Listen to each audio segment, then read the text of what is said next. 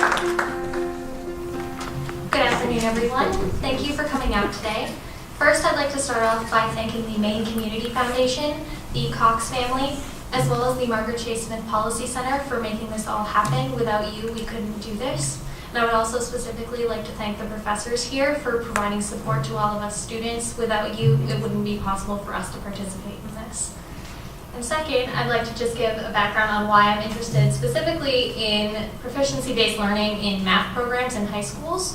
When I was in high school, I served on my school's Westbrook School Committee, and it was during this time that Westbrook was first starting to implement Common Core standards into the program, and it was conflict after conflict, and most people didn't understand what was happening. And once I finally was able to wrap my head around the cultural changes that were going on in the school, I thought it didn't seem like a bad idea.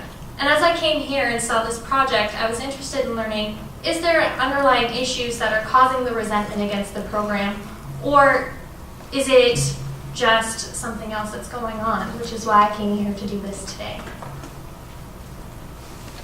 So first, to give a background on what Common Core state standards are, they were developed in 2009 by the National Governors Association, and their goal was to ensure that all students receive a quality education by promoting critical thinking skills across all disciplines, specifically mathematics and language arts and English programs.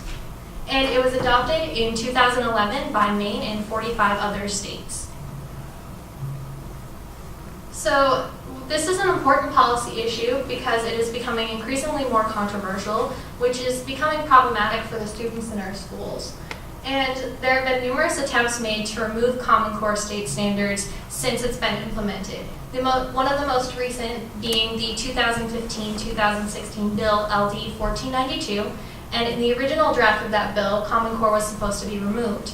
Later drafts of the bill removed that initiative from the bill. And there are potentially future attempts that want to remove Common Core from their schools. The Trump administration has spoken out against Common Core standards, and there's continued desire expressed by Mainers to find an alternate solution to what's going on. And of course, people are citing numerous reasons for trying to remove it, being that it's federal interference and it should be a local issue. And second, that particularly people are claiming it is ineffective at improving students' education. So my question is it truly ineffective at improving education for Maine students? So first, I decided to look at what other states are doing. So I looked at the states with the best ranking for public education, and as I saw in these were the top 10 states, and of these, Minnesota was the only state to not adopt mathematics standards in their schools. And of the remaining 9, 7 out of those states have identical standards, word for word, to Maine standards as well. And of the remaining ones, Pennsylvania and Maryland, their standards are 85% aligned with the Common Core standards that are currently there.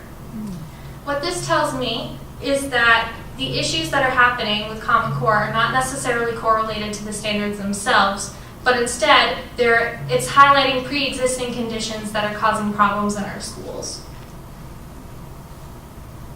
So then, when I was looking into what's happening with Maine schools, there were some recurring themes that were coming up. So first was that there's an issue with teachers having access to quality resources in their classrooms. So and because of this, they're then having difficulty creating lesson plans that are following the outlines of Common Core state standards. And the second is that there's difficulty in the communities where the members of the community, specifically parents, don't understand the cultural shift that is happening in their schools. And to come to these conclusions, I conducted an extensive literature review, and I also spoke to a few educators in the school system. There were also case studies posted on the Maine Department of Education's website, including 6 RSUs that would highlight these issues, and these themes came up numerous times. So, in regards to the problems with material access, fewer than 1 in 5 educators around the country strongly agree that classroom resources are well aligned to the standards, and 46% of educators are reporting material access as a challenge. Furthermore, teachers don't know where to find their resources.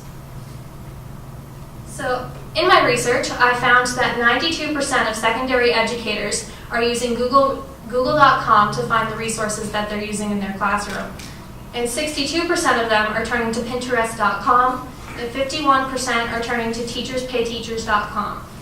And this is, of course, a significant problem because these sites might not be producing the resources that are actually well aligned to standards. And access is an issue for a number of reasons because researching resources is taking away from teachers' times to devote to their classroom and the lesson plans that they're creating if they have to take time to really search for something.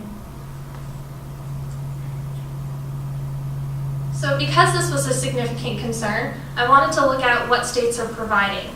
So when I looked at the Maine Department of Education, I found that there were limited resources provided to teachers, and the resources weren't updated since 2014.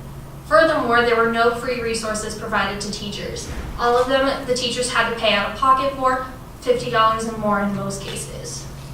When I looked at other states, I found that there were oftentimes a combination of resources being free and ones that teachers would have to pay for. And some examples of those free resources is that New York has a program called Engage New York that they developed to help teachers understand the standards as well as to provide information on how they can implement the standards in their classroom.